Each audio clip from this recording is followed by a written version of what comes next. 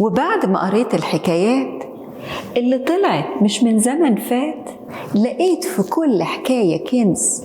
دوروا معايا على الكنز.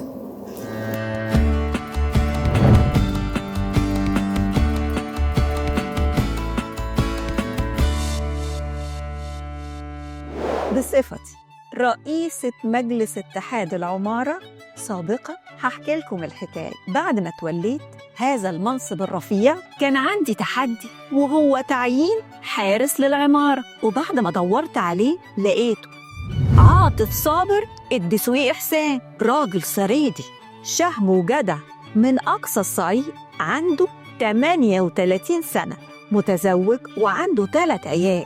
والصراحة من بعد ما مسك العمارة بقى فيه ضبط وربط في العمارة، وانت داخل العمارة هتشوف، وانت خارج من العمارة برضو هتشوف، حتى وانت ماشي في الشارع هتشوف ماشي وشايل طلبات العمارة.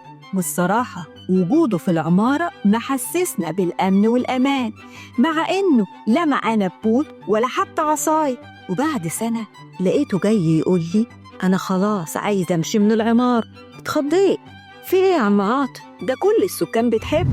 والله يا ريسة انت طيبة وعلى نيات. في إيه يا عاطف؟ قول لي إيه اللي حصل؟ أنا كل مرار يا ريس خليني ساكت. اهدى بس يا عاطف وقول لي في ايه. انا خلاص يا ريسة عايز اطفش، انا كل مرار اقول لك ايه ولا ايه. يا سيدي قول لي ايه الحكايه. الدور الاولاني ساكن فيه الدكتور، كل يوم والتاني اقول له يا دكتور ركبي بتنشر علي، يقول لي سلامتك الف سلام، ولا يهون عليه يديني برشامه ولا حتى مر. هو انا لازم اروح له العياده عشان ادفع الفوزيتا؟ الف سلام عليك يا عاطف، بس اكيد هو الدكتور مش فاضي. والشقه التانيه الست فكرية مش هاين عليها تفتح لي الباب لما بخبط عليها لحسن اطلب منها ازازة مية ساقعة. والدور التاني ام العروسة كل يوم تقول لي امسح السلم يا عاطف، العريس جاي. ويجي العريس وشايل علبة الجاتو ومفيش ولا حتة جاتو تنزل لعاطف. والشقة التانية السيد الباشا من ساعة ما طلع على المعاش وعاطف مش مرتاح، كل يوم يديني 25 جنيه علشان أجيب الفطار، ويأكد علي الطعمية سخنة يا عاطف. أروح أجيب الفطور أرجع أقول له الحساب 27 جنيه ونص، يقول لي معيش فك.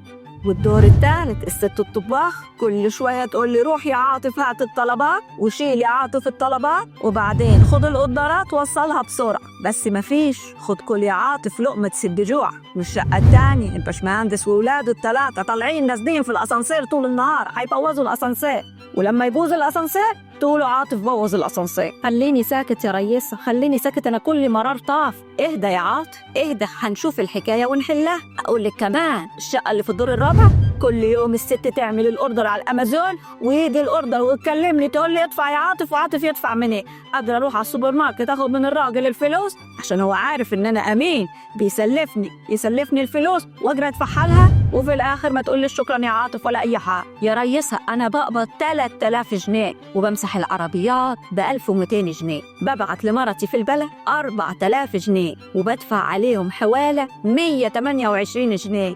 أعيش منين؟ ومراوتي تبعت تقول لي الفلوس مش مكفية، أعمل أنا إيه؟ قولي لي يا ريسة أعمل إيه؟ استهدى بالله يا عاطف، أنا هتكلم مع سكان العمارة وهنشوف حل للموضوع ده، وإن شاء الله هنزود المرتب. لا يا ريسة ما تتكلميش ولا تقولي حاجة، انت طيبة وعلى نيات، مش هيوافق.